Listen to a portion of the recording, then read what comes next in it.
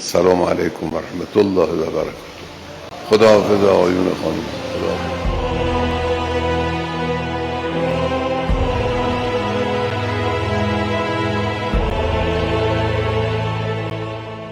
മരണത്തിലൂടെ കൂടുതൽ കരുത്തനായ നേതാവ് ആയത്തുള്ള അലി ഖമനേയി. അമേരിക്കയ്ക്കും ഇസ്രയേലിനും മുന്നിൽ ഒരിക്കലും തലകുനിക്കാത്ത നേതാവ്. ഇറാനികളെ ധീരത പഠിപ്പിച്ച മത നേതൃത്വം. അങ്ങനെ പലതാണ് അലി ഖമനേയിക്കുള്ള വിശേഷണങ്ങൾ. കൊന്നു തീർക്കാൻ വന്നവർ അയാളുടെ രക്തസാക്ഷിത്വം ഇറാനികൾക്ക് നൽകിയ കരുത്തിൽ അന്തിച്ചു നിൽക്കുന്ന കാഴ്ചയാണ് പിന്നീട് ലോകം കണ്ടത്. ട്രംപ് തന്നെ ഒടുവിൽ പറഞ്ഞു അത് വേണ്ടായിരുന്നു. കാരണം ജീവിച്ചിരുന്ന അലിയേക്കാൾ രക്തസാക്ഷിയായ പരമോന്നത നേതാവിന്റെ കരുത്ത് അമേരിക്ക വെറും 10 ദിവസം കൊണ്ട് തന്നെ തിരിച്ചറിഞ്ഞിരുന്നു.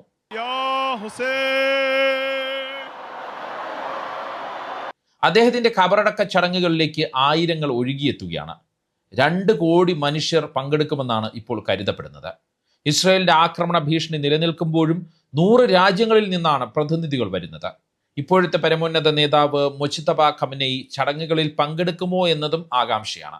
ഇറാനെ ഇല്ലാതാക്കാൻ കാത്തിരുന്നവർക്കുള്ള കൃത്യമായ സന്ദേശം കൂടിയാവുകയാണ് അലി ഖമനേയിയുടെ ഖബറടക്ക ചടങ്ങുകൾ. തുടർച്ചയായ ആക്രമണങ്ങൾക്ക് ശേഷവും ഇറാൻ കൂടുതൽ കരുത്താർജിച്ചെന്ന സന്ദേശമാണ് ചടങ്ങുകൾ നൽകുന്നത്. അതായത് ഇത് വെറുമൊരു സംസ്കാര ചടങ്ങല്ല എന്ന് അർത്ഥം. ഇറാനെ നശിപ്പിക്കാൻ ആഗ്രഹിക്കുന്ന ശക്തികൾക്കുള്ള മുന്നറിയിപ്പ് കൂടിയാണ്. അലി ഖമനേയിയുടെ ഖബറടക്ക ചടങ്ങുകൾ നടക്കുന്ന ദിവസങ്ങൾക്കും ഒരുപാട് പ്രത്യേകതയുണ്ട്. വിലാപയാത്ര ഇറാഖ് വരെ പോകുന്നുണ്ട് എന്നതും എടുത്തു പറയണം. അങ്ങനെ ആ രക്തസാക്ഷിത്വം പോലെ ഖബറടക്ക ചടങ്ങുകളിലൂടെയും അലി ഖമനേയി എന്ന പ്രതീകം കൂടുതൽ കരുത്താർജിക്കുകയാണ്. ഇറാന് പതിറ്റാണ്ടുകൾ ഇനിയും മുന്നേറാനുള്ള കരുത്ത്, അതാണ് അലി ഖമനേയിയുടെ ഓർമ്മകളെന്നാണ് അന്താരാഷ്ട്ര മാധ്യമങ്ങളും ഇറാൻ അനുകൂല നയതന്ത്ര വിദഗ്ധരും ഒക്കെ വിലയിരുത്തുന്നത്. ആയത്തുള്ള അലി ഖമനേയിയുടെ ഖബറടക്കവുമായി ബന്ധപ്പെട്ട് 3 കാര്യങ്ങൾ വിശദമായി പറയാനാണ് ഈ വീഡിയോയുമായി വന്നത്. ആയത്തുള്ള അലി ഖമനേയിക്കൊപ്പം കുഞ്ഞ് സഹ്റയുടെ ഖബറടക്കവും നടക്കും. അലി ഖമനേയിയുടെ മകളുടെ മകൾ, 14 മാസം മാത്രം പ്രായമുള്ള ചെറുമകൾ സഹറ മൊഹമ്മദി ഗൊൽബയെ ഗാനി എന്നാണ് പൂർണ്ണമായ പേര്. ചിരിച്ച് സംസാരിക്കുന്ന സഹറയുടെ ദൃശ്യങ്ങളും ഫോട്ടോകളും ഇപ്പോൾ ഇറാനിയൻ സോഷ്യൽ മീഡിയ ഫീഡുകളിൽ സജീവമാണ്. സഹറയെ കൂടാതെ അലി ഖമനേയിയുടെ മകൾ സെയ്ദ ബുഷ്ര ഹുസൈനി ഖമനേയി, മരുമകൻ ഡോക്ടർ മിസ്ബ അൽ ഹുദ ബഘേരി ഖാനി, പിന്നെ സഹറ ഹദാദ് ആദൽ, അലി ഖമനേയിയുടെ മരുമകളും ഇപ്പോഴത്തെ പരമോന്നത നേതാവ് മുജ്തബ ഖമനേയിയുടെ ഭാര്യയുമാണ് സഹറ ഹദാദ്. ഈ 4 പേരുടെയും ഖബറടക്കവും അലി ഖമനേയിക്കൊപ്പം നടക്കും. ഈ കുടുംബാംഗങ്ങളുടെ ഖബറടക്കത്തിന്റെ കാര്യം പറയുമ്പോഴാണ് മുജ്തബ ചടങ്ങിലെത്തുമോ എന്ന ചോദ്യം ഉയരുന്നത്. സുരക്ഷാ കാരണങ്ങൾ കൊണ്ട് മുജ്തബ ഖമനേയി വരില്ല എന്നാണ് ശക്തമായ സൂചന. അതല്ല, ഇറാൻ സസ്പെൻസ് ഒരുക്കി വെച്ചിട്ടുണ്ട് എന്നാണ് ചില ഇറാനിയൻ കേന്ദ്രങ്ങൾ പറയുന്നത്. അതായത് മുജ്തബ ചടങ്ങിന്റെ ഏതെങ്കിലും ഘട്ടത്തിൽ അപ്രതീക്ഷിതമായി പങ്കെടുത്തേക്കാം എന്ന സൂചനയാണ് അവർ നൽകുന്നത്. ഇസ്രയേലിന്റെ ഭീഷണി ഉള്ളതുകൊണ്ട് അതിപ്പോൾ വെളിപ്പെടുത്തുന്നില്ല എന്ന് മാത്രം. ഇനി അലി ഖമനേയിയുടെ ഖബറടക്ക ചടങ്ങുകളുടെ പ്രത്യേകതയിലേക്ക് നമുക്ക് പോയാൽ, ഒന്നാമത്തെ കാര്യം ചടങ്ങുകൾ നടക്കുന്ന തീയതികൾ തന്നെയാണ്. അതാണ് ഏറ്റവും വലിയ പ്രത്യേകത. ഈ തീയതികൾക്ക് പിന്നിൽ കൃത്യമായ ചില ലക്ഷ്യങ്ങളും പ്രതീകാത്മകതയും ഇറാൻ ഒളിപ്പിച്ചു വെച്ചിട്ടുണ്ട്. ചടങ്ങുകളുടെ പ്രധാനപ്പെട്ട ദിവസമായി ജൂലൈ 4 അമേരിക്കയുടെ 250ാം സ്വാതന്ത്ര്യദിനം. ആ ദിവസം തന്നെ അലി ഖമനേയിയുടെ സംസ്കാര ചടങ്ങ് നടത്തുന്നതിലൂടെ ഇറാൻ അമേരിക്കയ്ക്ക് മുന്നിൽ തളരില്ല എന്ന വ്യക്തമായ സന്ദേശമാണ് നൽകുന്നത്.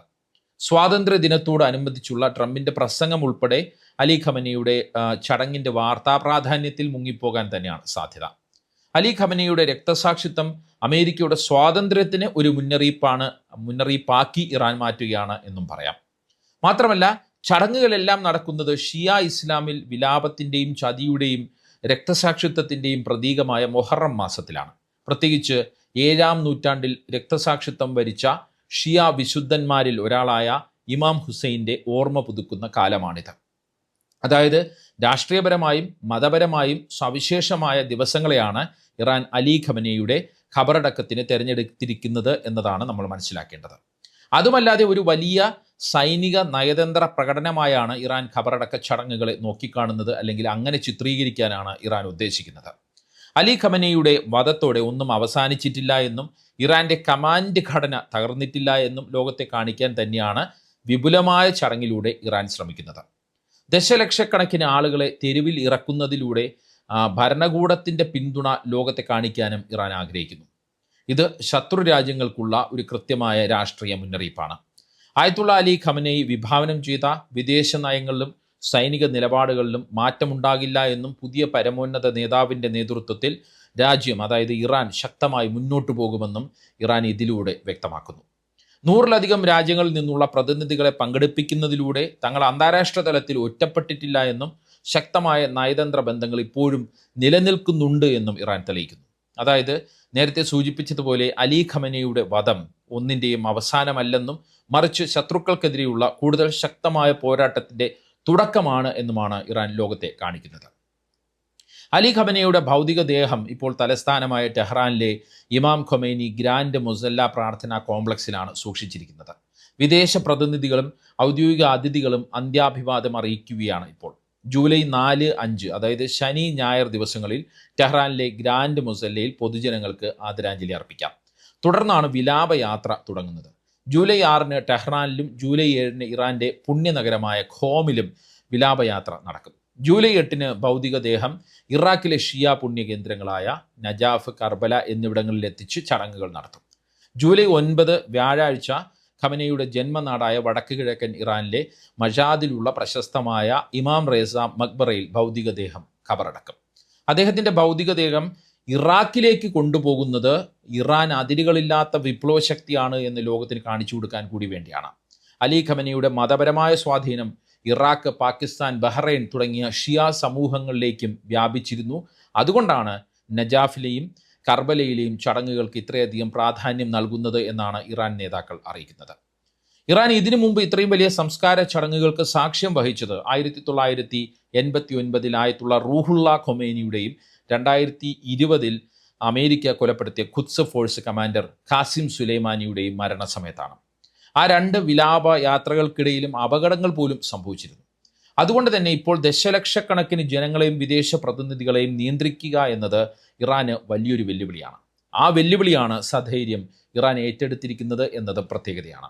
2 കോടിയോളം പേർ ചടങ്ങിൽ പങ്കെടുക്കുമെന്നാണ് ഞാൻ നേരത്തെ സൂചിപ്പിച്ചതുപോലെ കരുതപ്പെടുന്നത്.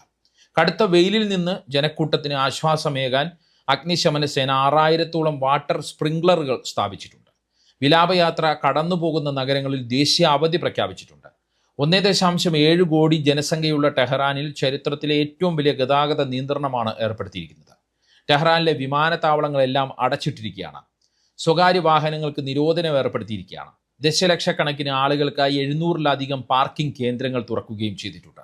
ചടങ്ങിൽ പങ്കെടുക്കുന്നവർക്കായി 5 കോടി റൊട്ടികൾ നിർമ്മിക്കാൻ 16 മൊബൈൽ ബേക്കറികൾ സജ്ജമാക്കിയതായി ബാസിജ് സന്നദ്ധ സംഘടന അറിയിച്ചിട്ടുണ്ട്. റെഡ് ക്രസൻറ്റിൻ്റെ നേതൃത്വത്തിലും വലിയ ആരോഗ്യപരമായ ഒരുക്കങ്ങൾ നടത്തിയിട്ടുണ്ട്. 2500-ഓളം ആംബുലൻസുകൾ, 21 ഹെലികോപ്റ്ററുകൾ, 100 ഡ്രോണുകൾ, ആയിരക്കണക്കിന് രക്ഷാപ്രവർത്തകർ എന്നിവരെ റെഡ് ക്രസൻറ്റ് സജ്ജമാക്കിയിട്ടുണ്ട്. 20-ലധികം ആശുപത്രികളും 20,000 ക്ലാസ് റൂമുകളും തയ്യാറാണ്.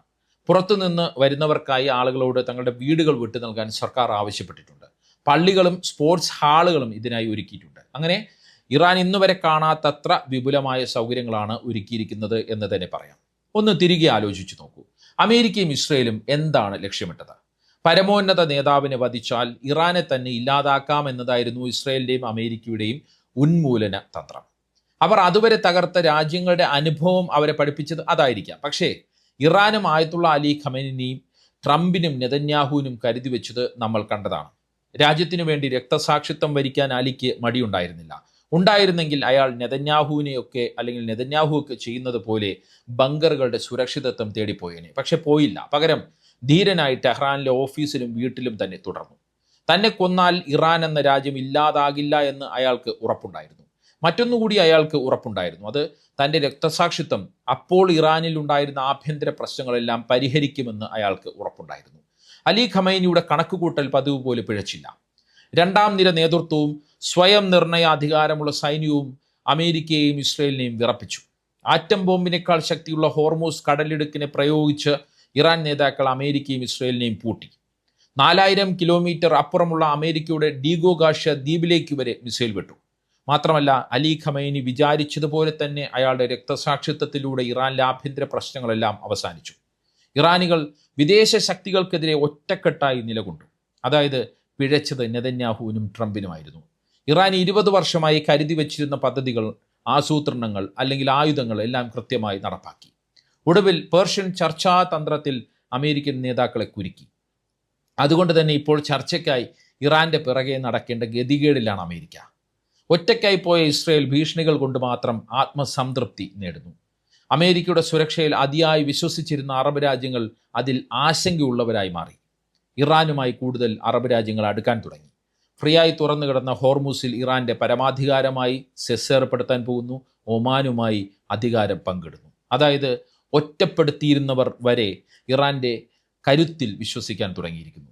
ഇതിൽ എടുത്തു പറയേണ്ട മറ്റൊരു കാര്യം ഇറാന് റഷ്യയുടെയും ചൈനയുടെയും ഭാഗത്ത് നിന്ന് കിട്ടിയ വലിയ സഹായങ്ങളാണ്. ഇറാൻ്റെ ഏറ്റവും അടുത്ത സഖ്യകക്ഷികളായിട്ട് പോലും നേരിട്ട് യുദ്ധത്തിനിറങ്ങാതെ പശ്ചാത്തലത്തിൽ കളിച്ച റഷ്യയും ചൈനയും ഇറാന് നൽകിയ കരുത്ത് ചെറുതല്ല എന്നതും നമ്മൾ മനസ്സിലാക്കണം.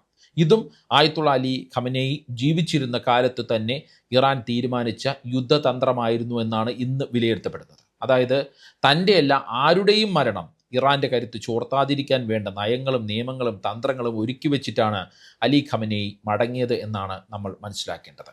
അതുകൊണ്ട് തന്നെ അലി ഖമനേയിയുടെ സംസ്കാര ചടങ്ങും ഇസ്രയേലിനും അമേരിക്കയ്ക്കും തീരാ തിരിച്ചടിയാണ് എന്ന് തന്നെ പറയാം. പേജ് 10 സ്റ്റോറീസ് വീഡിയോകളെക്കുറിച്ചുള്ള നിങ്ങളുടെ അഭിപ്രായം കമൻറ്റ് ചെയ്യുക. മറ്റൊരു സിംപിളി ഇൻ ഡെപ്ത് വീഡിയോയുമായി വീണ്ടും കാണാം. നന്ദി, നമസ്കാരം.